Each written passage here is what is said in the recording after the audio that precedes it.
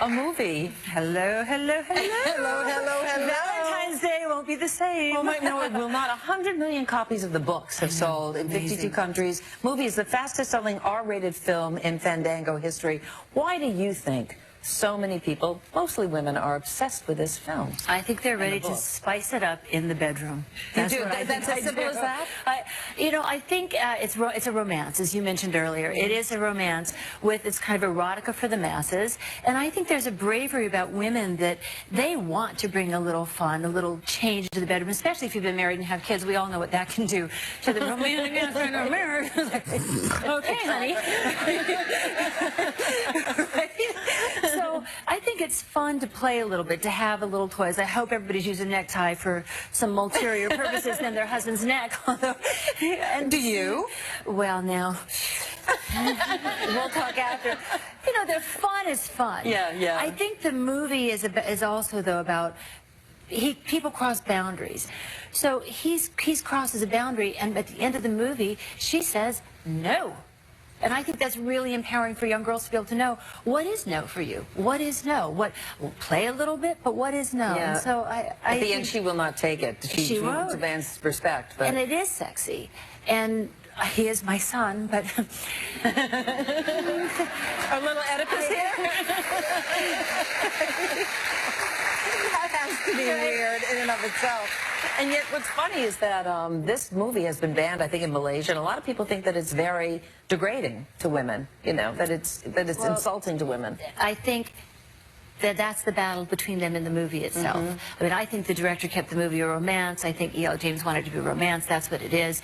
And so the question is, when something's really sexy, is what is the balance? Yeah. You know, you don't want milquetoast for a partner, so what is the balance? And I think the movie lets you explore that a little bit, and I think women are excited to play a little bit with that idea and bring a little spice into the bedroom. So you, I think these folks agree, absolutely. You didn't read the books, so what was your research for your part? When the books first came out, I didn't own an iPad. So I was not going to be sitting on the subway like panting, you know, with the other people on the subway. No. And then when it came out, I got the iPad and I read it. To research, my character's Mama Gray. So Mama Gray is not actually in the Red Room of Pain and Pleasure. I was curious about it. So I I didn't do any active research. You know, it's not whether I have things in my bedside table or not. That's not important. And although maybe I do. I do.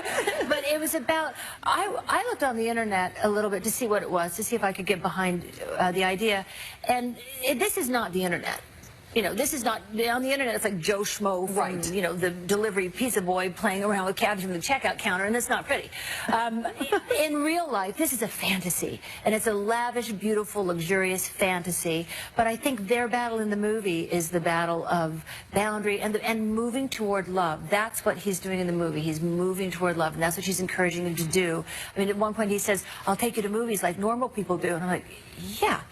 Maybe people's husbands need to read that book too. Right. Although it was funny because every man whose wife was reading the book or guy whose girlfriend was reading the book would say, "We didn't have to work very hard that month." Really? I want to stop talking about Christian's love life. I want to know about yours. You're single. How do you meet guys? Is there any guy in the audience? I can't do Matchbook.com or MatchWhatever.com. I can't do that. I can't do Tinder. It's heinous. I like that one. They like me. Oh, now we're going to meet. I can't do it. I'm sorry. It's not for me.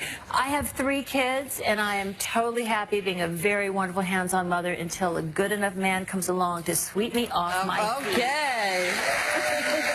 Your children are beautiful. You have twins that are they 10 or 11, your kids? Your twins are? My twins are 10, and my daughter's 16, and in that picture you saw, I had just rented a 31-foot double pop-out RV trailer. Are you serious? Yes. You drove that? Mama Gray drove it. You're absolutely right. Whoa! I drove it.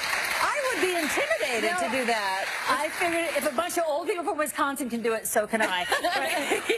And so I drove it, and that was, you know, like you said, being a single mom, I just have such a great life with the kids, and I just said, whatever, when I divorced, whatever I wanted to do before, I'm going to do now. I can drive it. He doesn't need to, and we just had a great time.